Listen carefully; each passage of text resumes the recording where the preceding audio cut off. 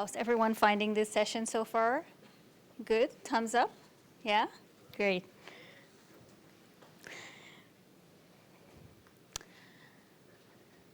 I lost hearing on the left side of my ear. I was paralyzed on the left side of my body.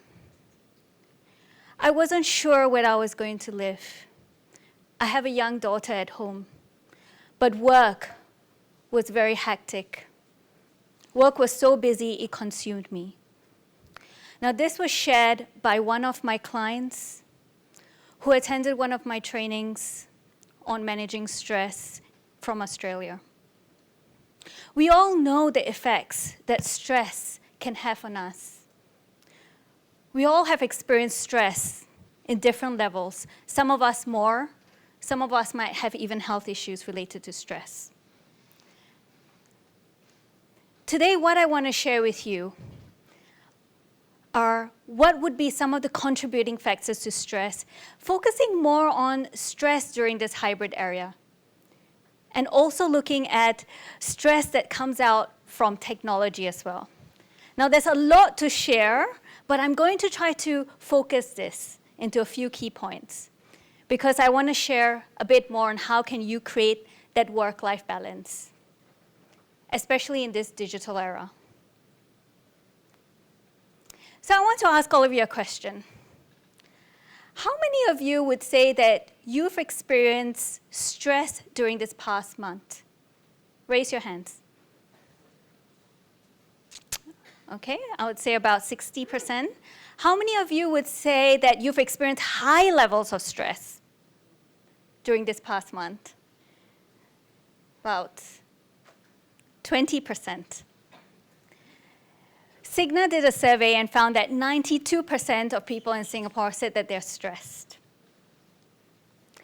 And 1 in 3 of us say they're experiencing high levels of stress. So look around in the room, 1 in 3 person who is sitting around you are experiencing high levels of stress. What are some of the factors that are contributing to stress? Now, it's no doubt that the pandemic has brought about a lot of stress for all of us, whether it's in our work or our personal lives. But one of the things which has come out was that even though we got to work from home, our workloads increased. And secondly, not having enough autonomy. So high workload and a lack of autonomy is a recipe for stress. Secondly, constant connection. Ernst & Young did a study and found that in Singapore, we're spending, guess how many hours on our digital devices per day? Any guesses? 8? 5? Spending on average 12 hours a day on our digital devices. Constantly connected. And of course, one of the consequences is experiencing email, or many of you have heard the term video fatigue or Zoom fatigue. Now, email fatigue is when you might start to get really fatigued by looking at a long list of email, and you might even start to experience anxiety every time you hear that ping that comes up on your email. Some of you are nodding your heads in acknowledgement that this is happening. Thirdly, social media. Social media is great. We know that the benefits of social media, it allows us to connect. But of course, today we've heard some of the negatives as well about misinformation, disinformation. Along with that, what are the psychological consequences? Now, people who spend more time on social media are more likely to experience anxiety, depression, and lower self-esteem. It's not to any surprise that sometimes when we go on social media, you might be sitting in your office, working really hard, experiencing high levels of stress, but then you see your colleague who's having a beautiful vacation in Maldives. How does that make you feel? So, how much time do you think people in Singapore spend on social media a day, on average? 5 hours? Okay. Any other guesses? 10? 10, okay. Anyone in the back of the room would like to guess? 8 hours. Okay, that's all right. Now I'm going to share with you how many hours in a second, but this was data which was taken from Statista, where they looked at over 900,000 internet users globally. And what they found was that Nigeria, Philippines, high social media, not just internet, social media usage. Singapore sits at 2 hours and 20 minutes. Now, the thing is that it's fine to use social media, but only 20% of people are using social media for work. So the rest of the time, you might know what you're using it for.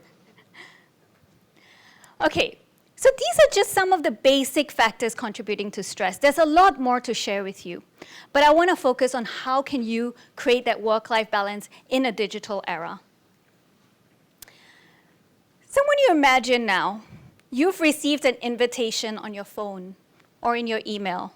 Now, it's a good invitation, this one. This is an invitation to a dinner buffet from SUSS to help you reset your mental health. You attend this beautiful dinner buffet and you receive a plate. Now, this is a very unique plate. This is not any usual plate that you receive, because this plate represents your resources. They represent your time that you have. They represent your energy, whether it's mental, emotional, psychological, and they also represent money. So you go to this beautiful buffet, and this is the buffet of your work and life. You get to choose the dishes that you're going to put on this plate.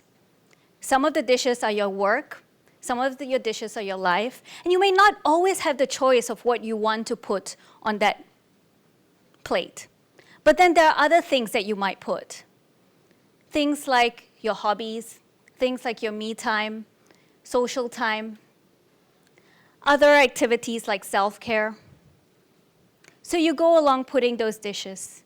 Now, I want to share with you 3 key points when we look at work-life balance research.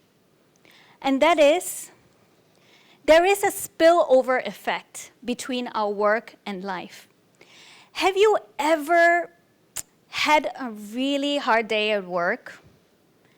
Yes. And after that day, you came home, didn't feel too good, and you started to maybe snap at the people around you? Oops. Has that ever happened to you? Sometimes. That's what we call work-life spillover. Sometimes our work can spill over into our life, and life can also spill over into our work. The second thing is that there are activities which we call resource drain activities. They're activities which you put on your plate. They're going to take away your energy. They're going to take away your time. But there's good news, because what you put on your plate, there is also an opportunity for resource investment. So some of the activities which you put on have that ability to generate more resources for you. So for example, if I were to say, I'm going to go for a massage, now that's going to take away my money, that's for sure, and that's going to also take away time, but at the end of the day, I'm going to feel much more rejuvenated. So what's happened during the pandemic? Any parents here who have young kids? Oh. So parents, and then parents with young kids, a few. Some of you may have realized that during the pandemic, almost the live task took a huge portion of your energy. And what about work tasks? We've seen high levels of workload. And of course, pandemic and digital stresses. So digital stresses like trying to filter out the information, trying to know what is right, what is wrong, or other technology as well. and other pandemic stresses that you might have had to deal with, perhaps your loved ones falling sick. So what's happened is that you've had all of this on your plate, and it started to push away things like self-care, social time, me time, started to get away from the plate and started to spill over. So how can you create that work-life balance so you have a plate which you're happy with and a plate which is going to generate more resources for you? The first thing is to know and communicate my preferences. Now, I was on LinkedIn this week, and I saw a post of a lady who went on a holiday, and she said in that post that she was very happy to go on holiday and also work at the same time. That was something she was very happy to do, to check her emails and everything. Now, what this means is that she's someone who prefers to integrate her work and life together. Myself, on the other hand, if I go on holiday, you would not be able to reach me. So Emily might know this because sometimes I go on meditation retreats for 9 days, and it's called a silent meditation retreat, where I'm not contactable. So what research has found is that we all have different preferences to how we like to integrate and segment our life. Now, people who are integrators, they might be okay with taking work calls after work hours, whereas people who prefer more segmentation, they might not like that. The thing is that it's not a 0 or 100%. We all fit on this along a quantum. So it's important to know what are your preferences and to communicate that. Now, not all of us might have the choice, but it's important to know when you're at work, what are the boundaries that I need to set for myself? So when they looked at research, they found that stress tends to occur for people who are made to go outside of their preferences. So if you're like me, someone who prefers to segment, but I'm made to integrate all the time, then I'm going to experience stress. So know and communicate your preference. Secondly, create boundaries. Now, if you're attending the dinner buffet, would you want someone random just to scoop something from the tray of dishes and put it on your plate? No, right? So that's what boundaries are. Boundaries are setting that so that you don't allow that person to put what they want on your plate. Boundaries are set about knowing what your preferences are, communicating that, what do you like, what do you don't like, what do you accept and what you don't accept. The great thing about boundaries is that they are there to help you protect your, any ideas? Resources. Okay, they're there to help you protect your resources, your time, your energy, your money.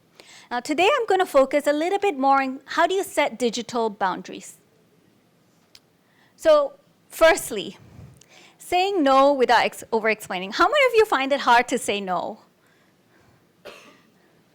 Okay, how many of you find it easy to say no? Okay, not many find it easy or no. So maybe in between. Sometimes it's hard, sometimes it's not hard, depending on the situation. Well, the thing about saying no is that when you say no, you are ensuring that you're protecting your resources. And the thing is that sometimes we can say no with over-explaining things. And I'm a confessed person here who does that. So when I have to say no, I might say, oh, I'm so sorry, I can't do this because my son is coming home from school, and then I have to cook, and then I have to do this, and then I have to do that. And therefore, that's why I can't do this. The thing is that you can actually say no without over-explaining. No, I can't do this, but what I could do is this. Schedule times for disconnecting.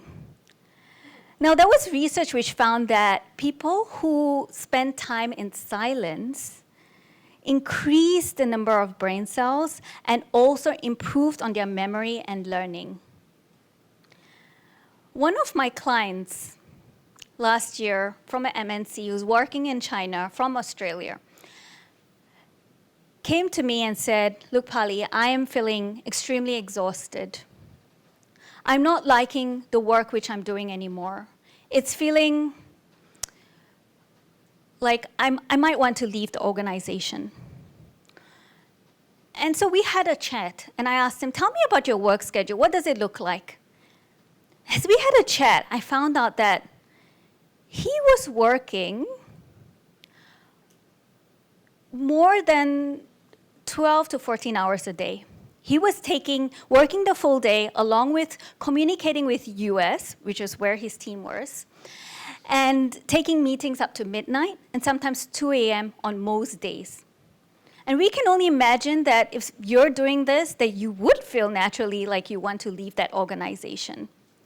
So after we had a conversation, we decided to put in a strategy in place, which was scheduling times for disconnecting. And what he did was he had what he called Super Mondays and also Super Wednesdays, which meant that those were the days where he would allow himself to have late night meetings.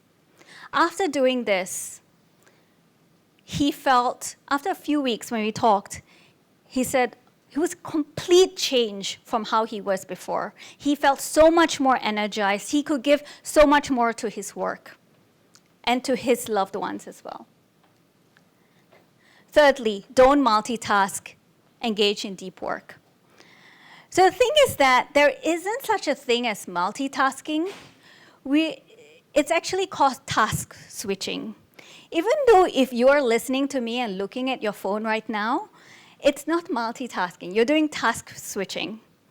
The thing about multitasking, it gets harder when you're doing work which requires higher cognitive load. That means that it might be more challenging. So for example, if you're you're listening to a Zoom meeting, plus you're also responding to an email, which is a pretty important one, you're doing task switching, which means you're going to miss out on information. Engage in deep work. So not long ago, there was a researcher who took parents and their children to a science museum. And they divided the parents into two groups. They told one group of parents, now I want you to look at your phone as much as you can. And the second group of parents, please be present as much as you can. What they found after the study was that the group who were looking at their phone as much as they can in the science museum experienced greater loneliness and said that the experience was less meaningful. Take breaks between meetings. I have many clients who go from meetings to meetings to meetings to meetings to meetings to meetings without taking breaks. And this isn't very helpful for you and can create stress. So why take breaks? Now, you may have seen this. I'm not sure if you've seen this chart before. This was done by Microsoft Labs, where they took two groups of employees, one group who took breaks, one group who didn't take breaks. These are the ones who took no breaks on the top. The one who took breaks, the one at the bottom. So the blue and yellow represents more stress. No, sorry, the red and yellow represents more stress. The blue and green represent less stress. What they found was that participants who took a 10 to 15 minutes break experienced less stress when they were going into one meeting into another. So create boundaries. Create some digital boundaries for yourself. These can help you to build more resources and keep those resources. Practice recovery. So, how many of you, sometimes when you're busier, you tend to forego the things which you like or forego your social time because you're so busy? Me? Sometimes I do that, yeah. Well, the thing about recovery is that the busier you are, the more you need to invest in those activities. The reason is that those activities are going to build your resources even more. So they could be me time, sleep, hobbies, exercise, etc. Now, one of a funny hobby which I took up during the pandemic, don't ask me why, but I took up horseback riding. And for the last 2 years, every week, I'm dedicated and committed to going for one lesson every week. And I can tell you, every time I do that, I feel extremely rejuvenated, happy, and so focused on my work. So I want you to reflect after this session. What could be an activity that you could do that will help you to recharge and build that energy for you? So creating work-life balance. Now, we don't have a lot of time today to talk, but these are just some tips. One is, know what your preferences are. Try to create boundaries, digital boundaries, and practice recovery. And so what happened with my client after what she had gone through? She decided that she was going to prioritize things like her social time, self-care, hobbies as well. And now she's thriving and she's healthy. So I want you to ask yourself a question. What is it that you want to keep on your plate and put on your plate? Thank you very much. It's a pleasure to talk to all of you.